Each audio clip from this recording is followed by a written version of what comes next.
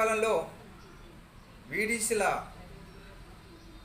సంబంధించినటువంటి ఆగడాలు చర్యలు జరుగుతున్నటువంటి విషయం మనందరికీ తెలిసినటువంటి విషయమే. ఈనాటి ఆధునిక యుగంలో టెక్నాలజీ చాలా పెరిగింది, సైన్స్ చాలా అభివృద్ధి చెందింది. మనకు స్వాతంత్రం వచ్చినాక డాక్టర్ బిఆర్ అంబేద్కర్ గారు రచించినటువంటి రాజ్యాంగ అనుసరించి మనం ఒక చట్టబద్ధంగా మన సమాజాన్ని, మన భారతదేశాన్ని పరిపాలించుకుంటున్నటువంటి విషయం మనందరికీ తెలుసు.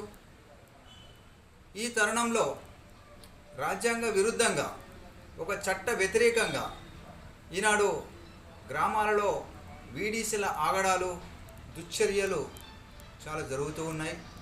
అసలు యాక్చువల్గా మనం పరిపాలించడానికి ఒక ప్రభుత్వం ఉంది, సుప్రీం కోర్టులు ఉన్నాయి, ఇటు పోలీసు యంత్రాంగం ఉంది.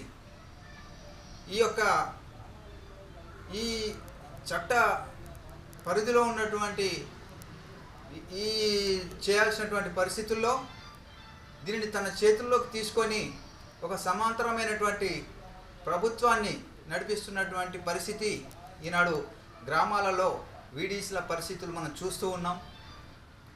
గ్రామాలలో గ్రామ అభివృద్ధిని కాంక్షించి గ్రామ అభివృద్ధి కమిటీలను వెలిసి గ్రామాలను అభివృద్ధి చేయాల్సినటువంటి గ్రామ అభివృద్ధి కమిటీలు ఈనాడు వృత్తి మీద ఆధారపడి ఆ వృత్తిని నమ్ముకొని నడిపిస్తున్నటువంటి కుటుంబాల మీద పెత్తనం చెలాయిస్తున్నాయి.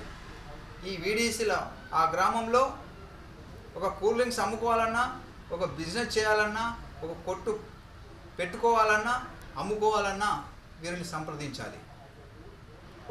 ఒక గీతా కార్మికుడు, ఒక గౌడన్న ఒక కళ్ళు దుకాణం నడుపుకోవాలన్నా వీడీసీలు వాళ్ళకు డబ్బులు చెల్లించాలి. ఒక్కసారి ప్రజలారా ఒక్కసారి ఆలోచించండి, వీడీసీలకు డబ్బులు మనం ఎందుకు ఇవ్వాలి? ఒక్క విచక్షణ పూరితంగా మనం ఒక్కసారి ఆలోచించుకుందాం. ఈనాడు ప్రభుత్వాలు ఉన్నాయి, మనం ప్రతిదానికి సుంకం కడుతున్నాం, ట్యాక్స్ కడుతున్నాం. వీరికి ఎందుకు ఇవ్వాలి? వీడీసీలకు ఇవ్వాల్సినటువంటి అవసరం ఏముంది?